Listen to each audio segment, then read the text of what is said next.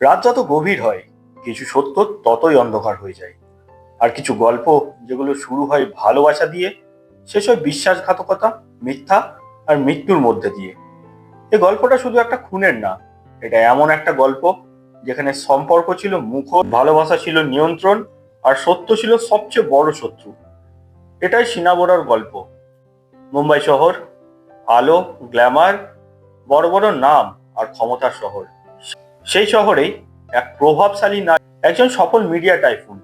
তাদের গল্প যেন সাফল্যের প্রতীক, কিন্তু এই গল্পের ভিতর লুকিয়ে ছিল এমন এক সত্য যা সবকিছু ধ্বংস করে দিতে পারে।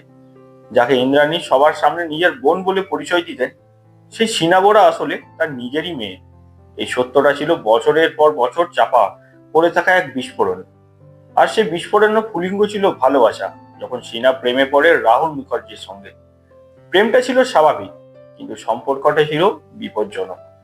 কারণ এই সম্পর্ক যদি সামনে আসে, তাহলে ভেঙে পড়বে ইন্দ্রাণীর তৈরি করা পুরো মিথ্যা সাম্রাজ্য। সমাজের সামনে 2012 সালের 24 এপ্রিল, এক সাধারণ দিন, কিন্তু সেই দিনটাই হয়ে ওঠে এক ভয়ঙ্কর রাতের শুরু। ইন্দ্রাণী ফোন করে সিনাকে ডাকে। একটা সাধারণ মিটিং, একটা কথা বলার অজুহাত। সিনা কিছু সন্দেহ করেনি, কারণ সে বিশ্বাস করত, সে ভাবতো এই মানুষটা তার নিজের। গাড়ির দরজা বন্ধ হয়, শহরের আলো ধীরে ধীরে পিছনে ফেলে গাড়ি এগোতে থাকে। ভিতরে আছে ইন্দ্রাণী মুখার্জি, তার প্রাক্তন স্বামী সঞ্জীব খান্না, আর তার সামনে ড্রাইভার। সবকিছু শান্ত, কিন্তু সেই শান্তির নিচে লুকিয়ে ছিল মৃত্যু। হঠাৎ করেই বদলে যায় পরিবেশ, কথাবার্তা থেমে যায়, উত্তেজনা বাড়তে থাকে, আর এক মুহূর্তে সবকিছু নিয়ন্ত্রণের বাইরে চলে আসে। অভিযোগ অনুযায়ী সিনাকে হঠাৎ আক্রমণ করা হয়। গাড়ির ভেতরে শুরু হয় ধস্তাধস্তি। সিনা লড়াই করার চেষ্টা করে, শ্বাস নিতে চাই, বাঁচতে চাই, কিন্তু ধীরে ধীরে তার কণ্ঠস্বর নিস্তেজ হয়ে যায়। গাড়ির ভেতর নেমে আসে এক ভয়ঙ্কর নীরবতা। সে নীরবতা যেখানে একটা জীবনের শেষ নিঃশ্বাস মিশে থাকে। কিন্তু এখানেই শেষ নয়, আসল ভয়াবহ শুরু হয় এরপর থেকে। দেহটাকে লুকিয়ে রাখা হয়, শহর ছেড়ে গাড়ি চলে যায় অন্ধকার নির্জন রাস্তায়। মহারাষ্ট্রের রায়গড়ের জঙ্গল, যেখানে কেউ নেই, কোনো প্রশ্ন নেই, কোনো সাক্ষী নেই।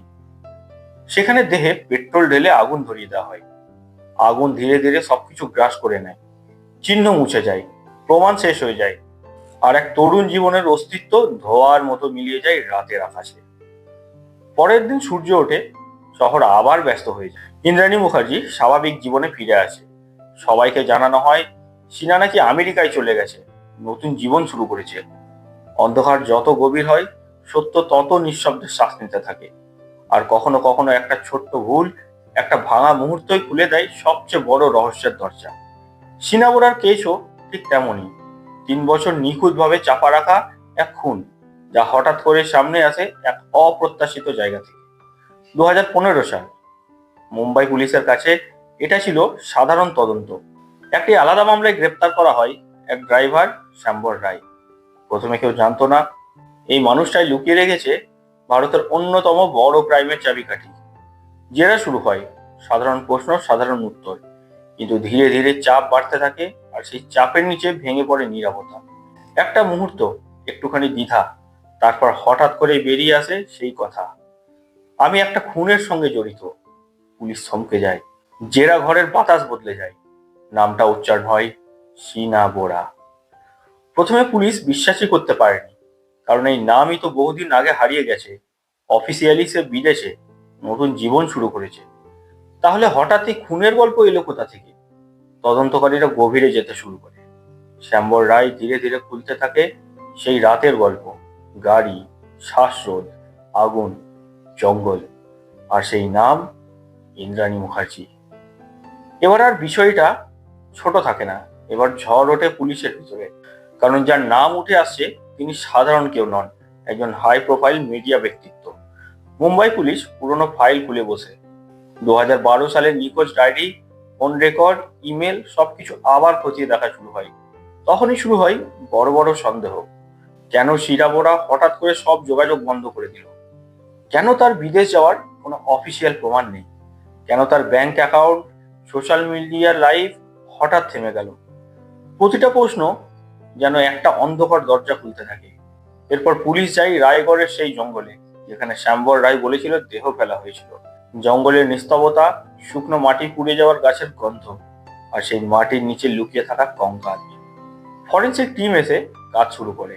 হাড়, দাঁত, ডিএনএ সব সংগ্রহ করা হয়। পরীক্ষা চলতে থাকে। দিন যায়, অপেক্ষা বাড়ে। অবশেষে রিপোর্ট আসে। সেই কঙ্কালই শিনা বোরার। এই একটাই রিপোর্ট পুরো দেশকে কাঁপিয়ে দেয়। এবার তদন্ত ঘুরে দাঁড়ায় সম্পূর্ণভাবে।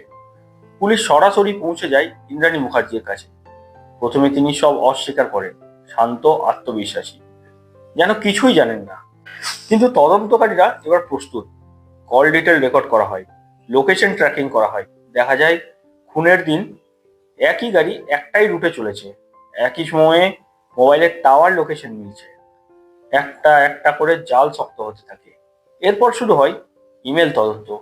যে ইমেল দিয়ে বলা হয়েছিল আমি আমেরিকায় আছি, সেগুলো ট্র্যাক করে দেখা হয়। সেই মেল আসলে ভারত থেকে পাঠানো এবং সন্দেহজনকভাবে ইন্দ্রাণী মুখার্জির নিয়ন্ত্রণে থাকার ডিভাইস থেকে। এবার মিথ্যার দেওয়াল ফাটতে শুরু করে। এদিকে রাহুল মুখার্জিকে ডাকা হয় জেরা করার জন্য। তার ফোন, মেসেজ, কথোপকথন সব বিশ্লেষণ করা হয়। সে জানায় সিনা কখনো এভাবে যোগাযোগ বন্ধ করতে পারে না। সে বারবার সন্দেহ করেছিল। এই বয়ান তদন্তকে আরো শক্তিশালী করে তোলে। এবারে পুলিশ ধরে সঞ্জীব খান্নাকে। জেরা, চাপ, তথ্যের মুখোমুখি করা, এক এক করে সব টুকরো জুড়ে যায়। সবচেয়ে বড় মোড় আসে যখন শ্যামবর রায়কে অ্যাপ্রুভার করা হয় সরকারি সাক্ষী হিসাবে। সে আদালতে দাঁড়িয়ে পুরো ঘটনার প্রতিটি মুহূর্ত বর্ণনা করে। গাড়ির ভিতরে সেই রাত, শ্বাসরোধের সেই মুহূর্ত, রায়গড়ের আগুন। তার বয়ান যেন সিনেমার দৃশ্যের মতো, কিন্তু এটা ছিল বাস্তব। এরপর মামলাটি সিবিআই এর হাতে চলে যায়।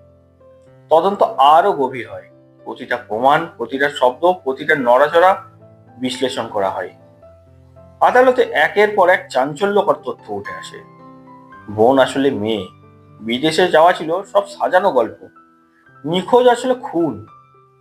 পুরো দেশ স্তব্ধ হয়ে যায়। এ কেস প্রমাণ করে নিখুঁত অপরাধ বলে কিছু নেই। সত্য যতই চাপা থাকুক, একদিন না একদিন উঠে আসবেই।